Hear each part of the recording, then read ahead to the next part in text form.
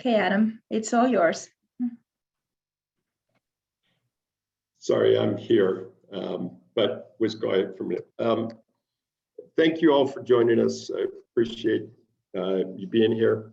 I appreciate your interest. We hope this provides information that actually raises questions, but also answers them to an extent. Let me do a quick explanation of what we are doing, and then I'll give the time to Marina and Monica.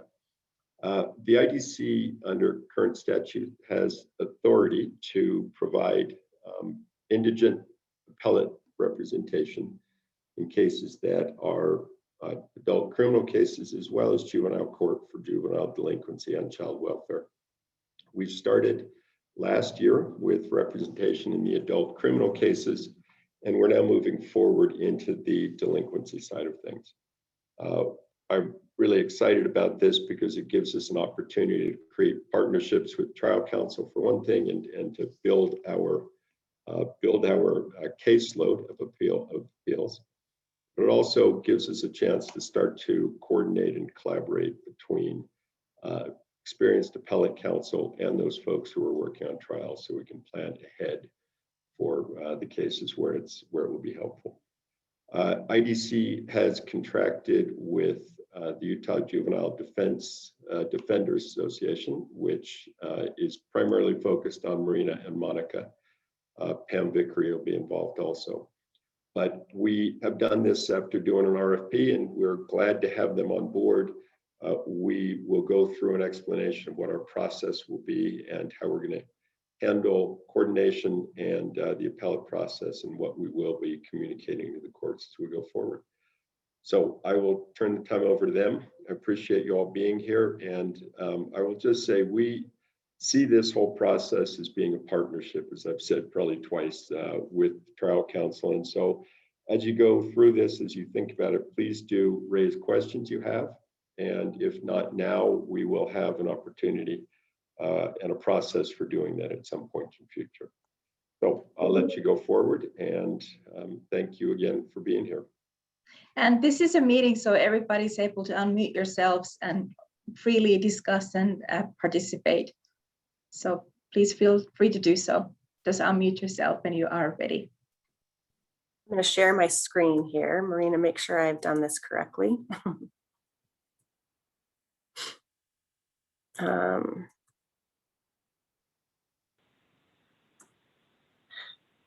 All right, so does that work? Is that working? Yep. Okay, good. So my name is Monica Mayo. I am the managing appellate attorney at Utah Juvenile Defender Attorneys. I have been with the office for about 10 years now. And I'm here with Marina Pena, who is one of the appellate attorneys in our office. She does a little bit of everything, but she's a brilliant appellate attorney. And this is a new project. We're going to be learning and growing with you, but we are very excited about the opportunity. And really, as Adam mentioned, we really want this to be a partnership and really to foster a relationship with the trial attorneys so that we can build a really good defense community and support each other and help each other with resources that are often slim. So, all right. So in case you don't know what our office is, Utah Juvenile Defender Attorneys is a standalone office in Salt Lake City, downtown. We're in the Judge Building on the 5th floor. We exclusively focus our practice on juvenile delinquency defense. We don't do anything else. We have 9 trial attorneys, 2 appellate motions attorneys. So Marina and I primarily do appeals, but we also do, we do a lot of motion practice with the trial attorneys. We staff cases from the outset of the case and decide what motions are needed, what motions would be helpful for preserving the record. And so that's our role there, is we do both appeals and motions work for the trial attorneys. We have 2 social workers, 2 forensic social workers, and 2 conflict attorneys, and 3 administrative staff. We represent court-involved youth in Salt Lake County from initial contact through termination, appeal, and expungement. We're there from the beginning to the end. We also provide community building and training. We do a bunch of data collection, and we have a really robust legislative and policy advocacy program through Pam Vickery. So under section 78B 22-102-9A, Pam was successful in getting this passed a couple of sessions ago, I believe, but every child is presumed indigent and therefore entitled to a lawyer at no expense. So they are presumed indigent. Indigency used to be based on parents' income. It's now every child is presumed to be indigent and entitled to a lawyer. And an indigent individual is a minor who has either been arrested and admitted to detention for an offense under 103, has been charged by petition or information in either juvenile or district court, or a child or a minor who is appealing an adjudication or other final court action. So that's where we come in. They are entitled to appellate counsel at no cost. So this project is accessible to juvenile delinquency cases in all 3rd through 6th class counties, which is basically all counties with the exception of Washington County and then the Wasatch Front. Go ahead and next one. Thank you. It's kind of hard when you're not controlling, and I'm always used to controlling the PowerPoint, so this should be fun. So I guess Adam kind of already explained what the IDC is and their role in this. I don't know, Adam, if you wanted to touch on anything else in addition to what you already stated. I don't think so. I was looking at the people who are on this in this meeting, and I think we've had contact with almost everybody, or at least they're familiar with us. So go ahead. Perfect. So here's what the project does. We're going to talk about what the project does and what it does not do.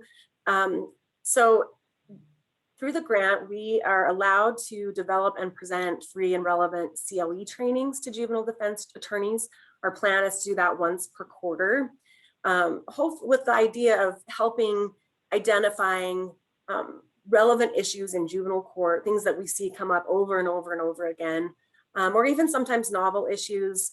Some things like the new transfer statute is something we will be doing a training on, hopefully in December.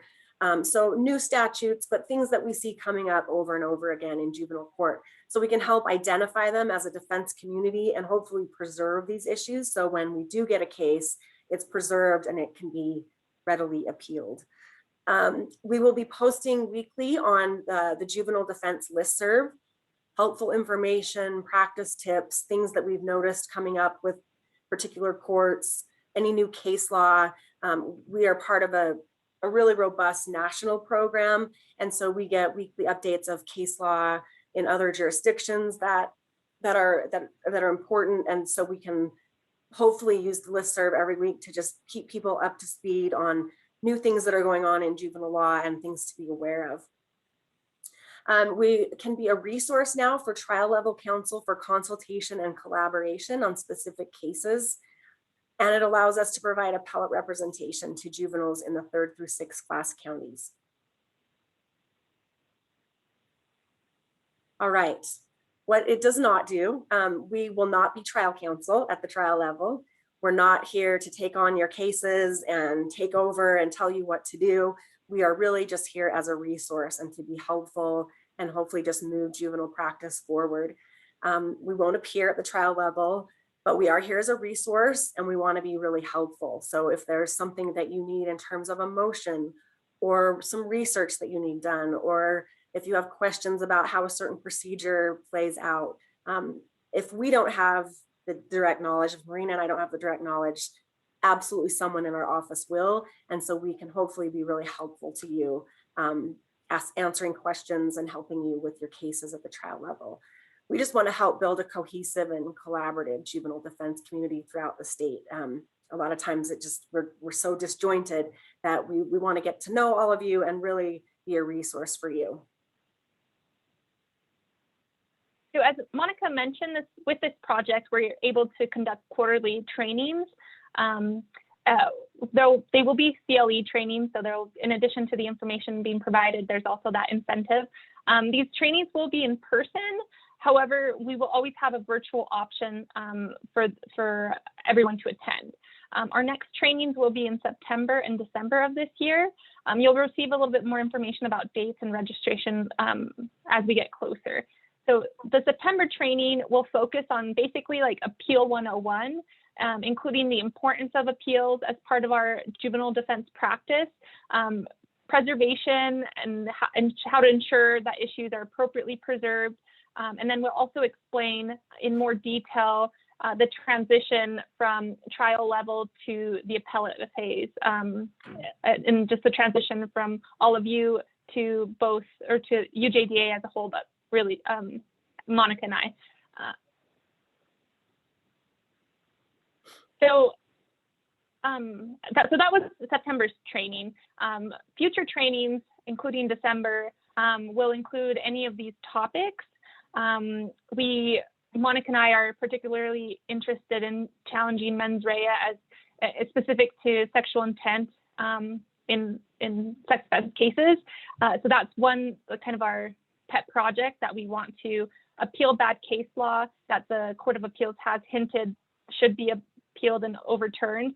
But in addition, we also have a new transfer legislation, and we're now just learning the issues that has in potential appeal issues that could rise from it. So these are kind of generally some of the topics that Monica and I discussed. However, if there's a particular training that you would like for us to do, please reach out. We do take requests. We don't know what issues are prevalent in the districts that you are practicing in. These are the ones that we see in our district, and then also the ones that we hear from attorneys who reach out. But if there is a specific one that you want information or you would enjoy a training on, please reach out. And as I mentioned earlier, we will be posting hopefully helpful weekly updates from our listserv, and you can be looking for it from Juve Defenders. Hopefully all of you are part of that listserv, and that's how you found out about this training in the first place. But please help us connect with other juvenile defenders that we may have missed, or people in your office who also practice juvenile defense and they just couldn't be here or aren't a part of the listserv. We plan to start that listserv next week. Again, sort of be patient with us as we're getting up to speed and getting this program up and running. But that's the plan, is to start next week with the listserv informational posts.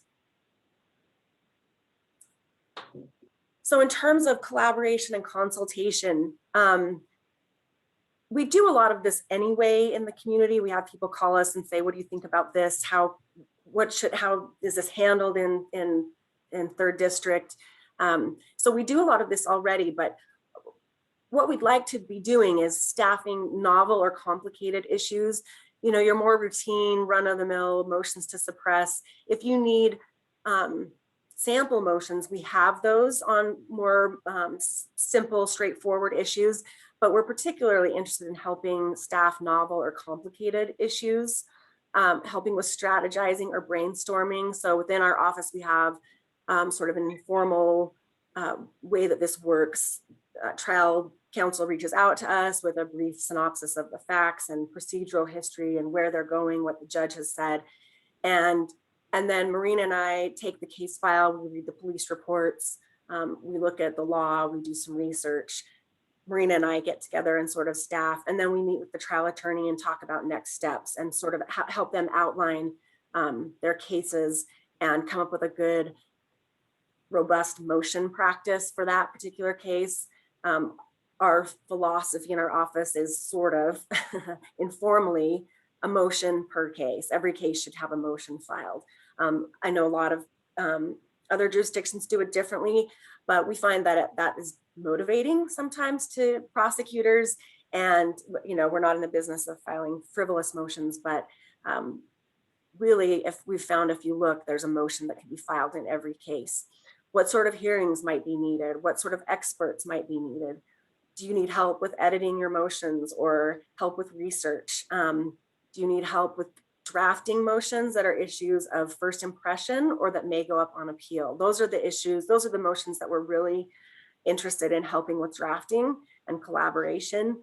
If it's an issue that will go up as an issue of first impression, or if we are preparing a case with the idea that this is a really good issue that we want to take up on appeal, then that's something we'd be really interested in helping you with. And then of course, assistance with research and resources on novel or complex issues. Again, we have a really good support system nationally and lots of resources, lots of experts we can call upon.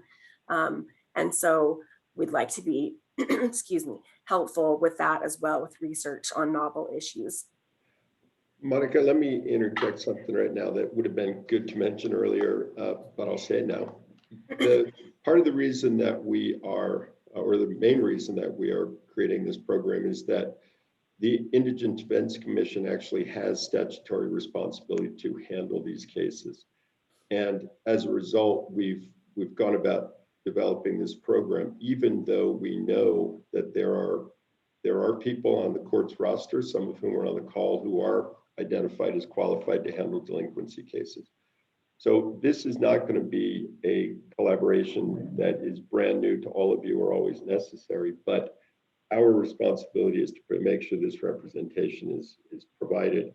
And so obviously Monica and Marina, I know, are committed to the idea that if you're a competent and qualified appellate attorney, then that collaboration should be even easier and take some burden off the trial attorney's shoulders. But for those cases we are responsible for, they'll be taking lead on the appellate side, but clearly there's places where less education is needed than or asked for than in others. Thank you for clarifying that. Yes. Let's see.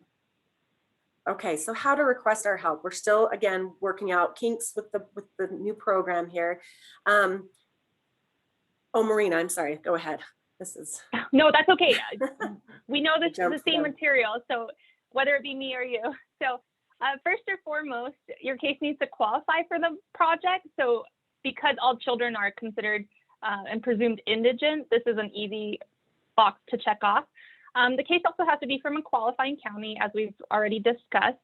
But you will need to fill out a consultation form, and this consultation form will be accessible on the IDC website. The form will ask information about you as the attorney, like contact information, what county you practice in, and then also information about the client, including their case number. And we're requesting a procedural history, factual history, just so that we, when we call to set up a consultation meeting with you, we kind of are prepared and know what to expect. In addition to that, it will kind of explain how you will contact us, and then also the process we will take in order to assist you. What it will also include is kind of a time frame. I know that some issues pop up in the middle of a trial, and so it's urgent that you have access to us as a resource.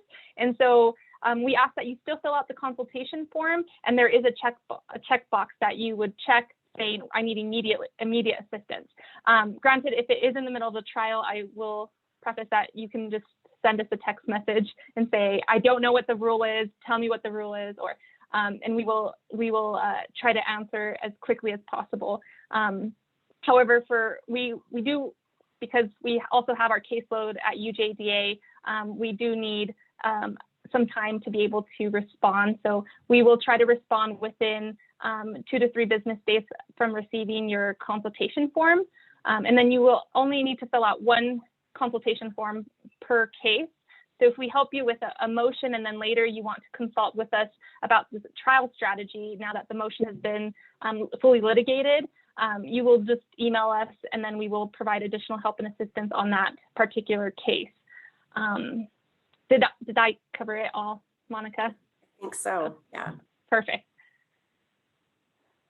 And then in addition to any trial support and assistance that we can provide, as already mentioned numerous times, we will also be taking appeals off of your hands if you don't want to proceed, if you're on the roster and don't want to proceed with it, or are too busy with other trial or other juvenile cases or other caseloads that you have. I know that others may not have the luxury of only doing delinquency like we do.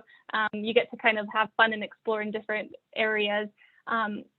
So the we'll stop the case with you and get your thoughts about potential appeals.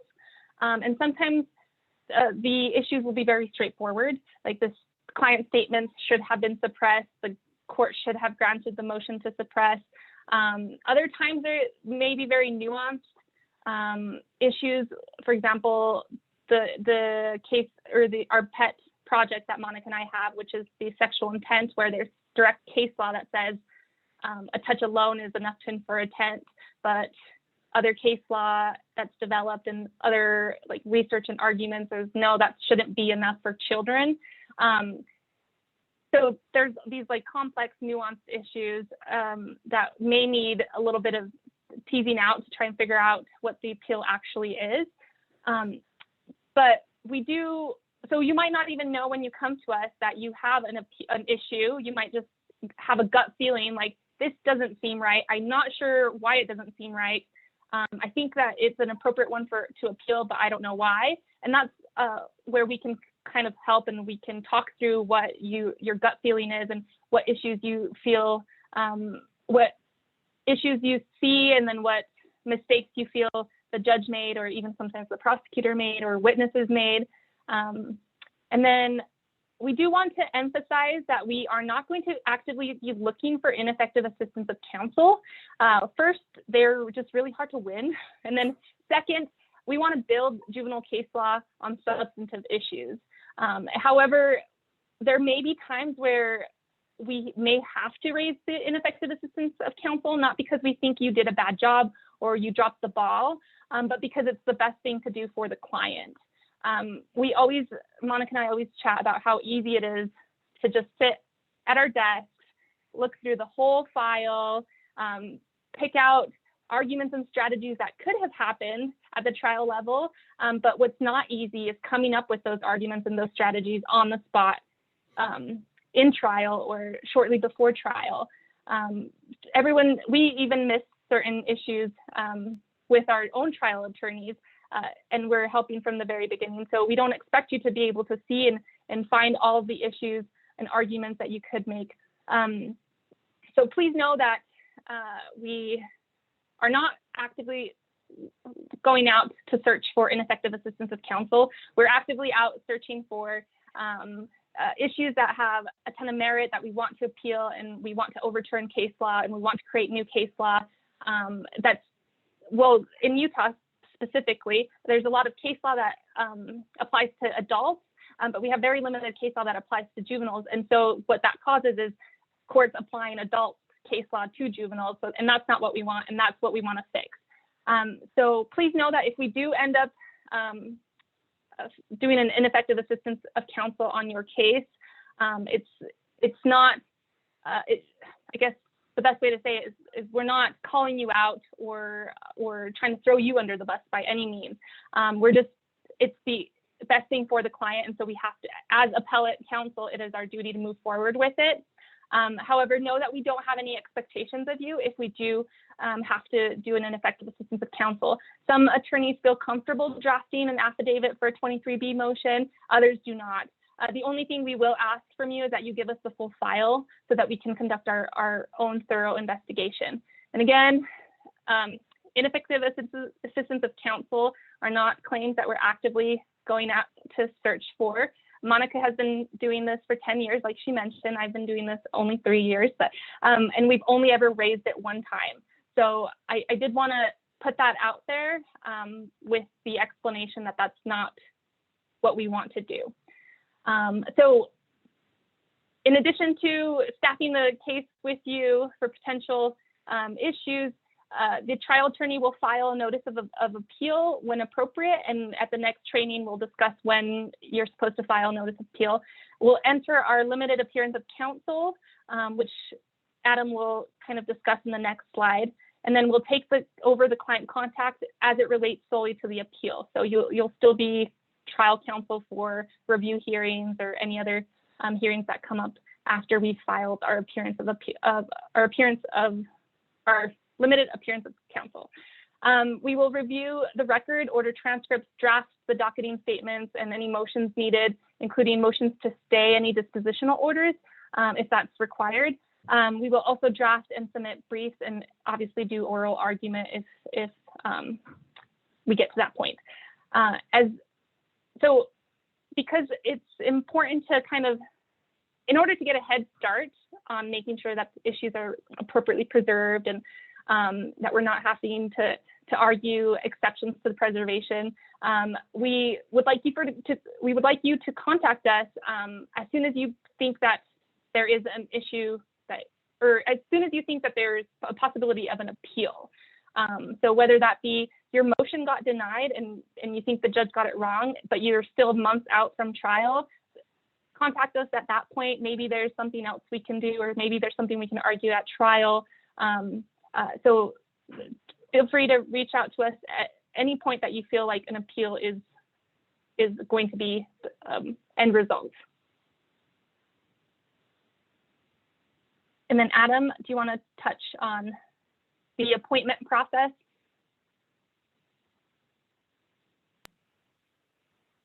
Yes, just quickly, because I think this slide is pretty clear on what it does. We talked about this, and obviously in these cases, counsel does not immediately withdraw after a disposition, and there are ongoing needs at the trial level. So again, the idea is how do we transfer part of the responsibility, and how do we coordinate between the two levels of work? So as is noted here, we will ask that the trial attorney file a notice of appeal, and then ask that the judge appoint the IDC through the IADD, which is our appellate division. And then we will get back and get in touch with the appellate counsel, ask them to file a limited notice of appearance, and then we will be out of it, other than being available as a resource, and trial attorney and appellate counsel will go forward and handle the case as they see appropriate. So the key point, I think, and Marina's covered it, is once you believe there's a need for an appeal, whether you're anticipating that or you're ready to file a notice of appeal, be in touch with our office. And again, feel free to reach out to Marina and Monica when there's a request for assistance, and when there's a need for appointment of counsel for the appeal, we'll take that responsibility to make sure that actually happens appropriately. Are there any questions on that before we go on? Anything you want to touch on? And obviously the next slide is what we need from you. But if you have any questions from anybody right now, please feel free to raise them. Yeah, I've got a question. This is Robert Windsor. So I'm down in Washington County. I know that's not part of the IDC contract. Is there any support that you can offer us juvenile defenders down here? Yes, let me answer that. That came up just before we started this meeting. There is, as far as I know, no one on contract right now with Washington County for the delinquency appeals. There is, however, money to pay for that contract, because the IDC has provided a grant to Washington County for that. And so what we are going to encourage them to do, partly because Monica has been appointed to a case recently, is to get a contract let for attorneys to do this work. And that should provide some help on that level. And if, Rob, if you're in a situation where you want to coordinate with Monica on that, or you are an appellate attorney on the roster, I think get to the county and ask for that and see how they want to handle it. But since you are there, it would be helpful for us to all talk together at this point, or not right now, but after this, and see how we might help coordinate that. Again, second class counties are outside our responsibility, but given that they are one of our grantees, we want to help them identify how they can resolve some of these challenges. Thank you. Seemed like there was maybe another question. There was some overlap in voices, I thought I heard, but this is Cara. That was obviously my same question. So okay. I'm guessing you guys will give me guidance on how to move forward on mine. And then I'll do that, but we can do that at a different time. Yes. Okay. Okay, so what we expect from you, just communication. We've had some trouble in other cases where we've worked on getting in touch with trial counsel, sending lots of emails, and we need help getting discovery, things like that. So if you can just communicate with us and help us gather and provide all the relevant documents, including the discovery. We've had some trouble getting a hold of that. And then if you can get your client's consent for UJDA to work on their case, that will be important. And that is included on the request for information form, I believe. Is that right, Marina? Yes, it will be. Okay. All right, so questions. If you don't have any questions now, or there are some that are brewing, you just haven't thought of quite how to ask them, you can of course reach out to Adam or Deb, or you can reach out directly to Marina or myself. And if we don't have the answer, we will find it and get back to you. Again, we're really excited about this new process. We'll be learning with you as we go, so be patient. But we are very excited to collaborate and get to know all the trial attorneys around the state, and hopefully just start developing a really robust juvenile jurisprudence in Utah, instead of just sort of hit and miss cases where issues haven't been raised and adolescent brain development hasn't been discussed. And we'd like to get our case law caught up with Pam Vickery and the legislative efforts, because our case law is lagging.